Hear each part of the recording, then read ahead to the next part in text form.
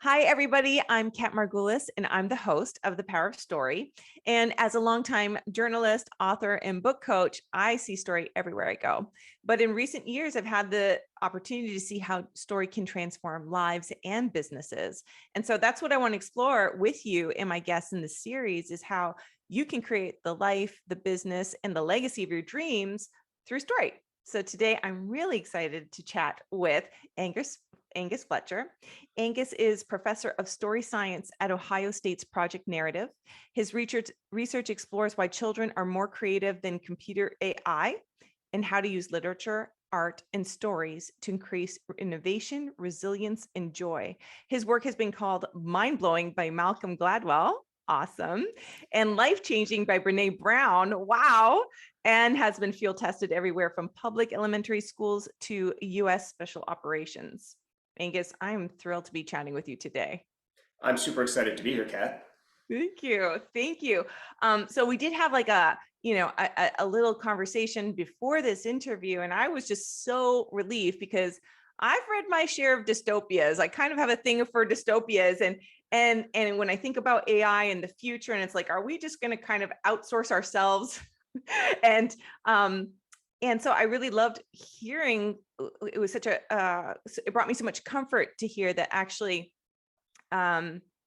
We are more creative than a computer could ever be. And so tell me about that. What don't we know about the human capacity for creativity? Well, so the main thing is that computers cannot create stories. Computers can Oh, create all sorts of things, but they can't create stories. And I won't bore your readers with the mathematical reasons for this, but I was recruited and have been recruited over the past 5 or 6 years to do a lot of work in AI with some of the biggest AI companies in the world. I work with people like Eric Larson, who just has this amazing book out on Harvard. And technically, the hardware can't do it. Story is the power of the human brain. And what that means is the computers are never going to plot to take over the world. They can't come up with plots. And it also means they can't create fairy tales, create movies, can't do any of that stuff. So yeah, so that's one of the big things that computers can't create. wow. Wow. I love, again, that just makes me so happy. I'm so relieved.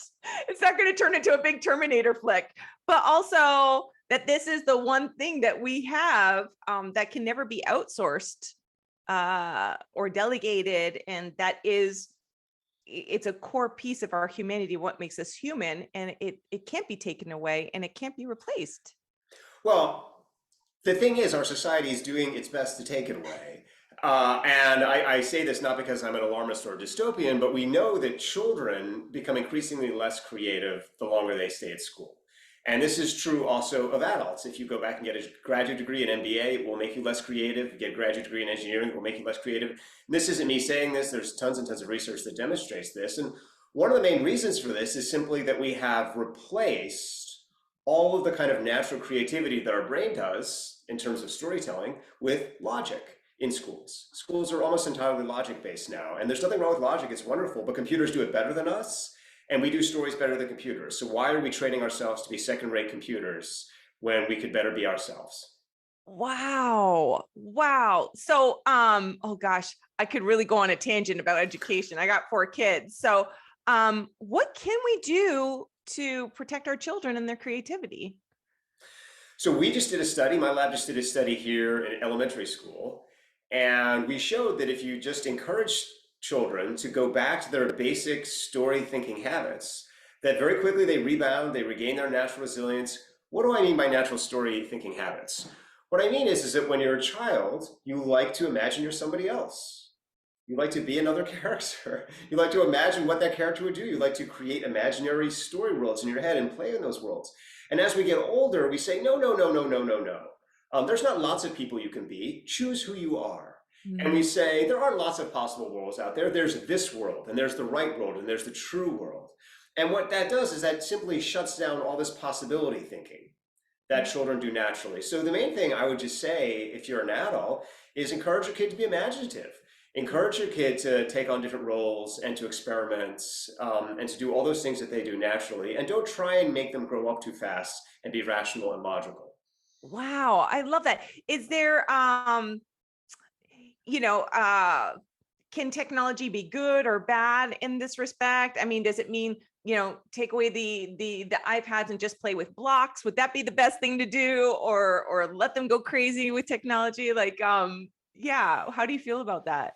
So the important thing about technology is it's neither going to save us nor is it going to destroy us. It's just a tool. It's just like a hammer or a fork or anything around your house. And obviously, if all you do in your time is play with hammers, all you're going to do is break things.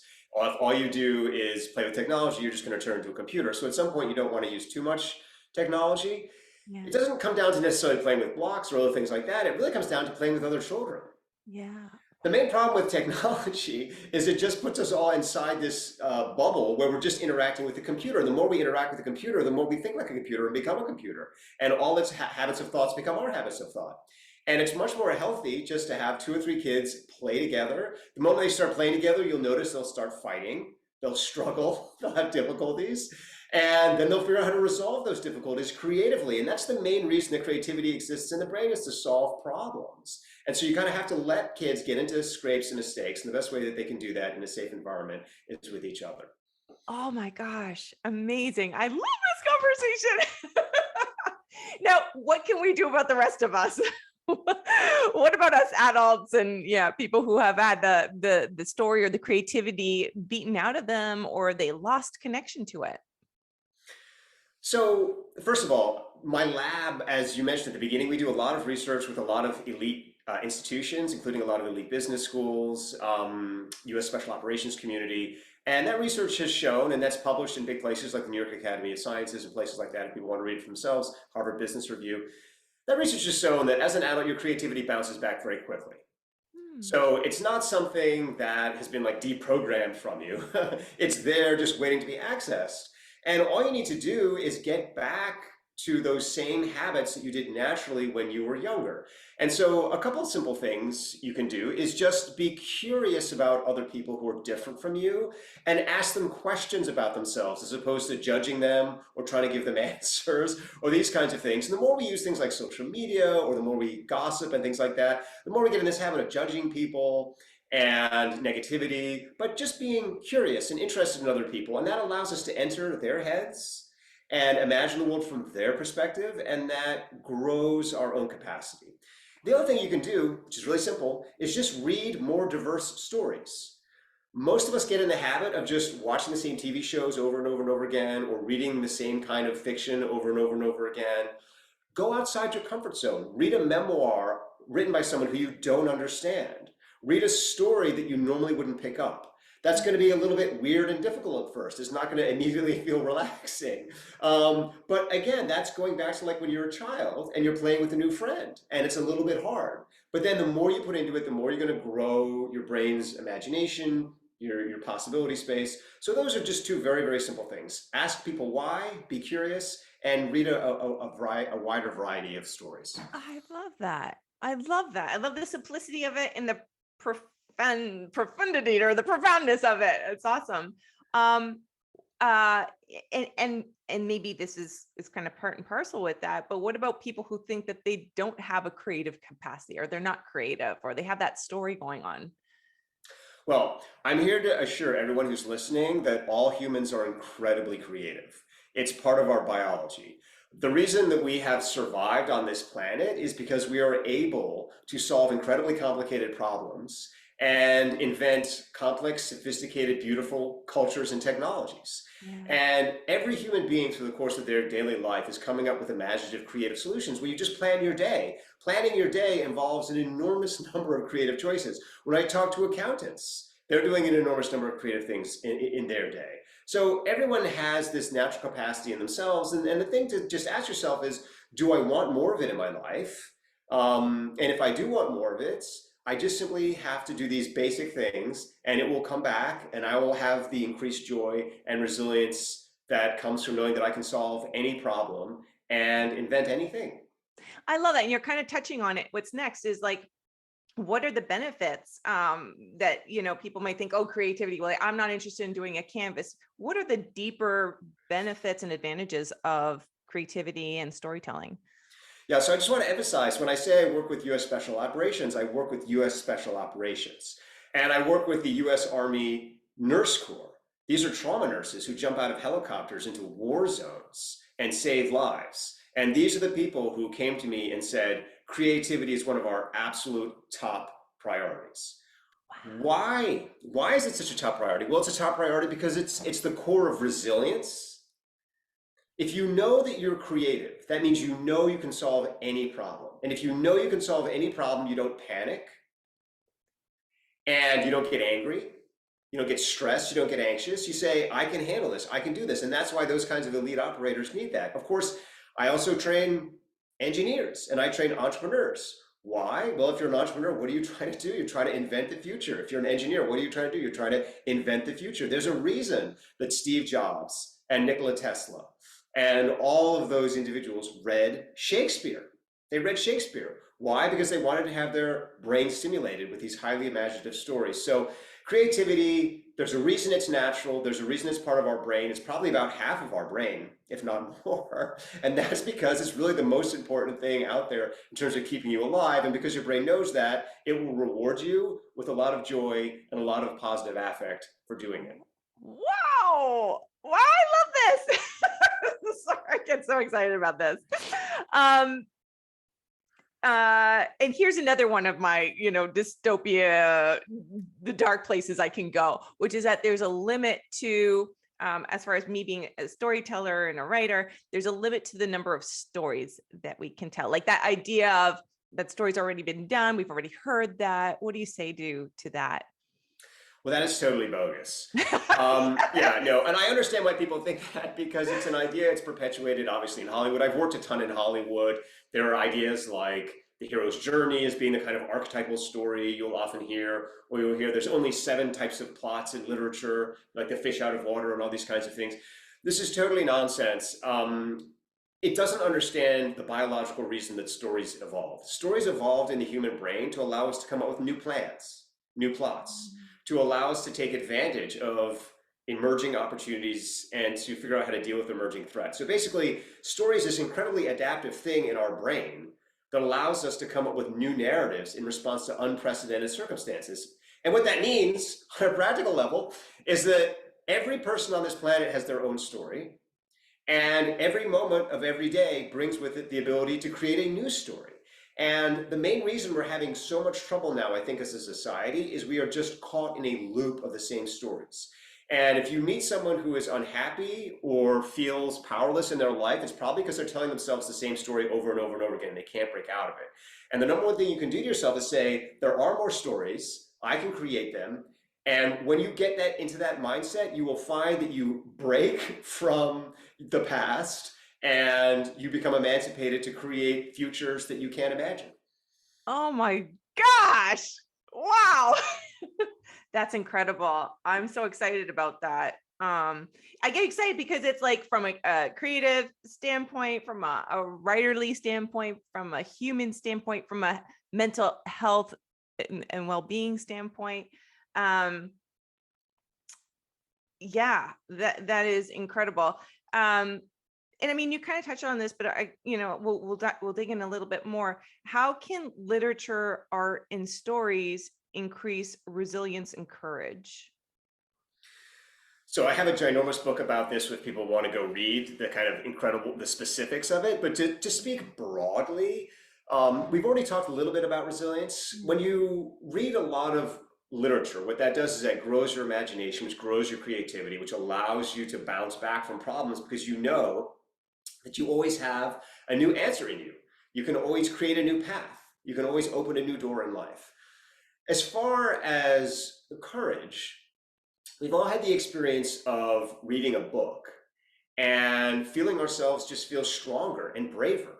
Where does that come from? That's because stories can help us look at our fears, but feel bigger than them. And so you'll notice this in certain kinds of stories, is they'll pose something which is scary. Maybe it's war, maybe it's the death of someone you care about. Maybe it's exposing your own insecurities.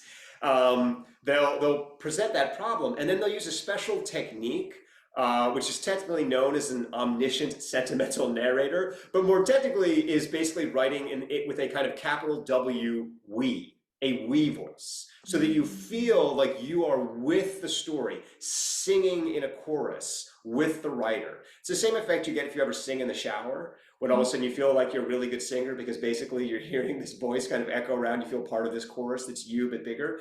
That's what literature stimulates in your brain. It stimulates that courage. And because it stimulates that courage in response to fears that you have, it then allows you, when you put down the book, to feel braver in the face of those fears in real life. I love that. Um, are all stories or platforms created equal? Like, is it better to get the story from a book or versus a movie or a television show or an Audible audiobook? Your brain really doesn't care. I mean, every medium has a little bit of its own advantages. Some mediums are better for doing one thing than another. So audiobooks or novels tend to be a little more intimate and can tend to allow you to explore kind of smaller stories and feel Mm. closer to the kind of intimate affections and personal details of individual lives. Whereas if you're watching a movie, that is often better at making you feel a sense of wonder or awe or even a kind of spiritual experience of the bigness and spectacle of life. So the main thing I would say is just don't get caught in one thing or another. The way that computers think is computers think there's the best way to do things. This is what a computer thinks. A computer thinks there's optimization, and I'm going to find the one story and the one perfect medium, and then I'm just going to do that over and over and over again. The way that life thinks is like a forest. In a forest, there isn't one tree. There's many kinds of trees.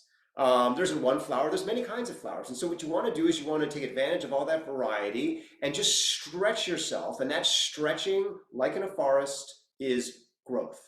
Oh, I love that analogy. That's really beautiful. That's really beautiful. Um, what do you see as a potential for story? What have we not tapped into yet? So I think every storyteller out there has the potential to tell us a story we haven't heard before. And I think the main problem we have in our society now is we're too focused on telling the right story. Hmm. And that's not encouraging enough young voices to tell new stories.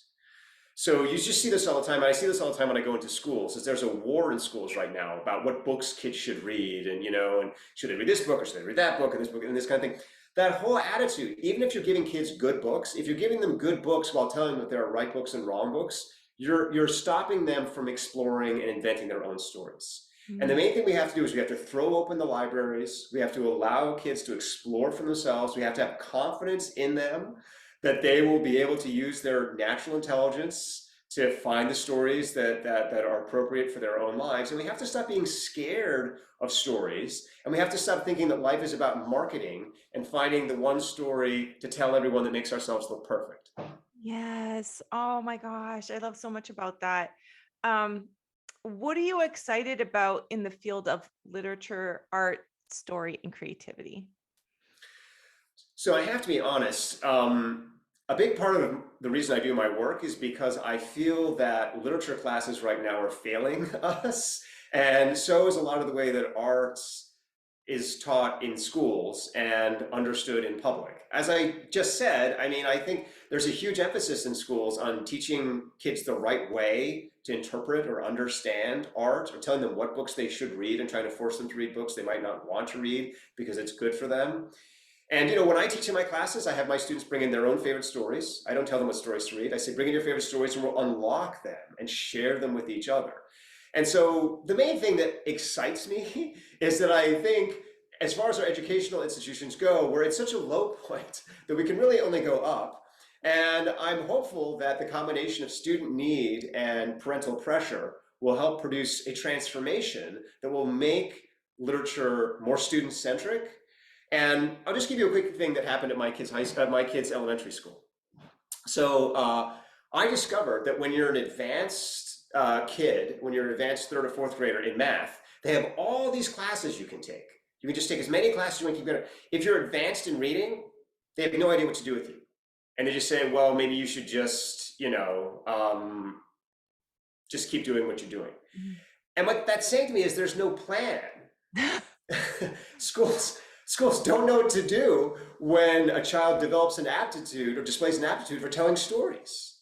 because Mm. they can't be evaluated or marked on a standardized test. And so schools are like, well, we don't know what to do with it. And I think we have to shift our thinking away from, well, everything has to be assessed in school, to many of the most beautiful, wonderful things about a child's mind cannot be assessed. And just because they cannot be assessed does not mean they are not real, and we shouldn't encourage them and nurture them. So that's kind of where I hope school is going to go, a little bit away from this obsession with standardized testing and more into this, human approach to learning. That is really cool. Like that's a whole new paradigm of learning, really for learning's sake, not for whatever agenda has been driving us up to now. What are Yeah. you doing about this, Angus? Can you get this here? Can I get that here? Well, yeah, I mean, I will say that like I have been fortunate that our local school district is kind of all in on this, and I do have like a little school with my wife that we run where we work with kids, and we run science experiments with these kinds of things. But Cool. the main thing I would say is this stuff is all intuitive. Yeah. I mean, you don't need me to tell you this. It's basic common sense. It's basic common sense that children are smart in all sorts of ways that are not being assessed on in school. And it's basic common sense that 95% of what you learn in school does not help you in life. There's a huge disjunct. And school is increasingly becoming this mechanism where we test kids on these arbitrary things. And it's become a kind of, little industrial factory for logic. And what we need to do is we need to say, what is the ultimate purpose of school? The ultimate purpose of school is to nurture students and their individual and diverse talents and abilities. And the way to do that is not to have some kind of standardized machine that they're all being pushed into. The way to do that is to empower teachers, to allow teachers to be flexible, and to rethink ultimately what we're doing with school. Are we trying to get kids into school so they can all get into the best possible college? Because that's the way that it's working now. The reason for all the standardized assessment is I want my kids to get into Harvard, or I want my kids to get into Yale or Stanford or whatever. And then from there, I want them to get more good grades so they can get into the best job or whatever. That's not healthy for anyone. And if we start to rethink that and say, well, what is the purpose of life? The purpose of life is for you to find what your skills and abilities are and how you can take those and give those to people in a way that nurtures them and helps them grow. Then we flip school around from telling our kids what to do to instead becoming an opportunity space where our kids can become their fullest selves. Wow. Wow. An opportunity space where kids become their fuller selves. That's incredible. That's really beautiful. I'm going to end on that note because I just think we all get to sit with that and how we can affect that in our own communities. But is there anything else that you'd like to share before we go today? I just want to encourage everyone out there to know that their story is unique and to share it with others by first encouraging others to tell you their story first. Wow, I love that so much. That would, I don't want to say fix because that's so fixed, but that would really make everything so much lovelier everywhere we go. It would kind of make our story hang together. Yeah. Yeah, I love that. Oh, Angus, thank you so much. You brighten my day. I love everything you're doing. And just thank you for being the guy and stepping up and stepping into that space and advocating for kids and advocating for creativity and really showing everybody what's possible and what's true about ourselves. Thank you. Thanks, Kat. It's been a huge pleasure. Yeah, thank you. Well, everybody, I hope you enjoyed this interview. Know that there's a workshop on October 24th on the power of story, so keep an eye out for that. More amazing interviews are on the way. Angus, thank you. This has been a huge pleasure. Thank you so much. Thank you. Thank you. Bye, everybody.